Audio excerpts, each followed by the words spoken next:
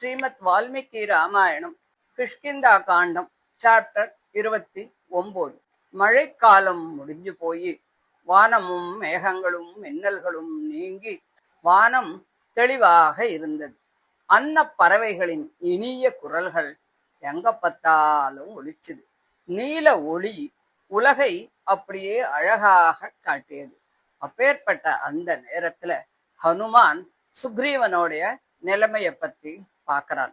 வாலியை வென்று அரசாட்சியை அடைந்த சுக்ரீவன் தன் விருப்பங்களும் ஆசைகளும் அனைத்தும் நிறைவேறிய அந்த நிலையில அவன் இருந்தான்.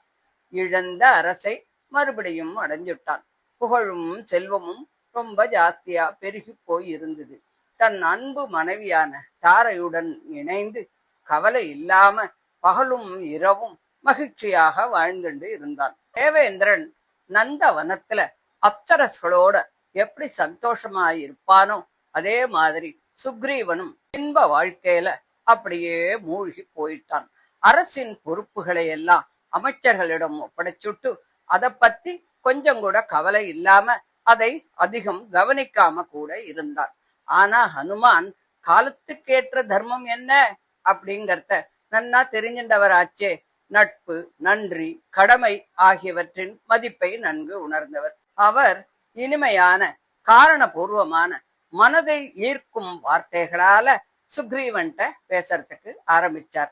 நண்பனுக்கு உரிய அன்பும் மரியாதையும் கலந்த பேச்சுக்களால அவனோட பேசுறார். அரசே, தாங்கள் அரசாட்சியை அடைந்து உள்ளீர்கள். புகழும் பெருகி இருக்கு.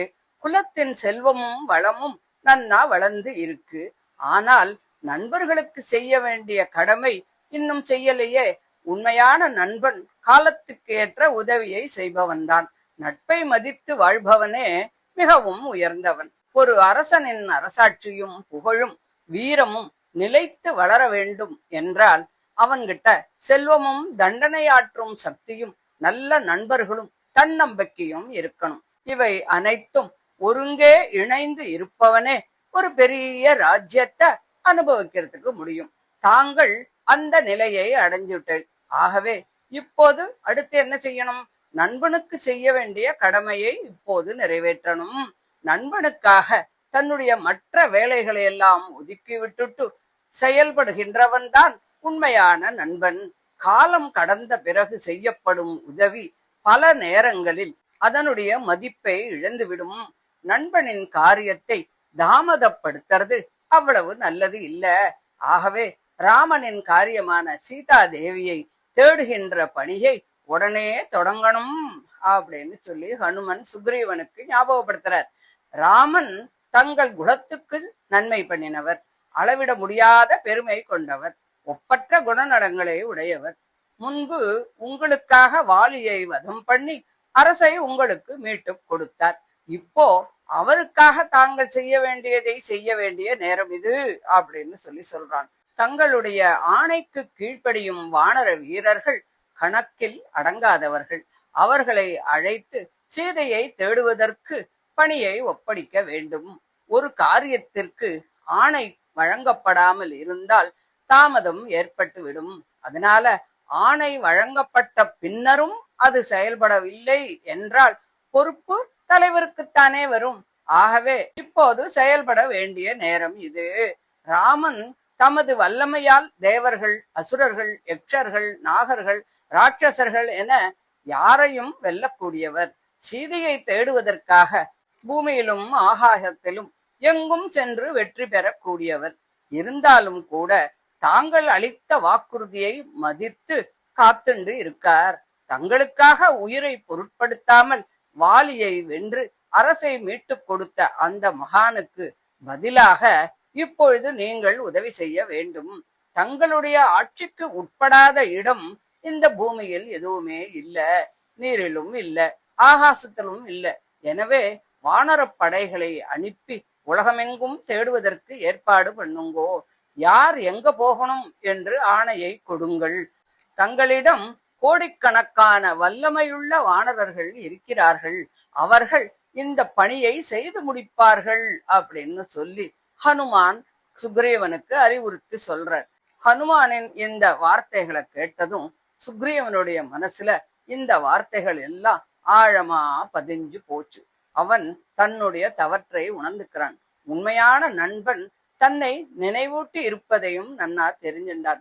உடனே ஒரு நல்ல முடிவை எடுக்கிறான். எப்போதும் விழிப்புடனும் முயற்சியுடனும் செயல்படும் நீலன் அப்படிங்கிற ஒரு வானரனை கூப்பிட்டு உலகின் எல்லா திசைகளிலும் இருக்கும் வானரப் படைகளையும் படைத்தலைவர்களையும் உடனடியா அழிச்சுண்டு வரணும். வேகமாக செயல்படக்கூடிய யூதபதிகள் அனைவரும் படையோடு இங்க வரட்டும். என்னுடைய ஆணையை சொல்லி படைகள் அனைத்தும் விரைவாக ஒன்று கூடுமாறு நீ செய்யணும். நீயும் அதை நேரடியாக கண்காணிச்சு அனைத்தும் சரியா நடக்கிறதா அப்படிங்கறத பார்த்து எனக்கு அதை கன்ஃபார்ம் பண்ணு அப்படின்னு சொல்லி சுக்ரீவன் நீலன் கிட்ட சொல்றான்.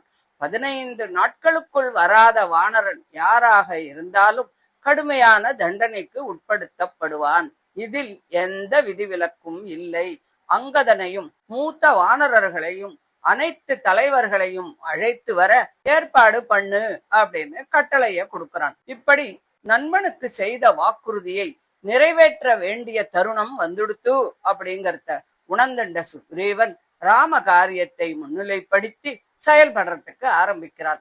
நன்றி, தர்மம், நட்பு, காலத்தின் மதிப்பு ஆகியவற்றை மறுபடியும் நினைவுல வச்சுண்டு உலகமெங்கும் பிறந்திருந்த வானர படைகளை எல்லாம் ஒன்னா சேர்த்து சீதையை தேடும் அந்த ஒரு மகத்தான முயற்சிக்கான அடித்தளத்தை ஆரம்பித்தான்.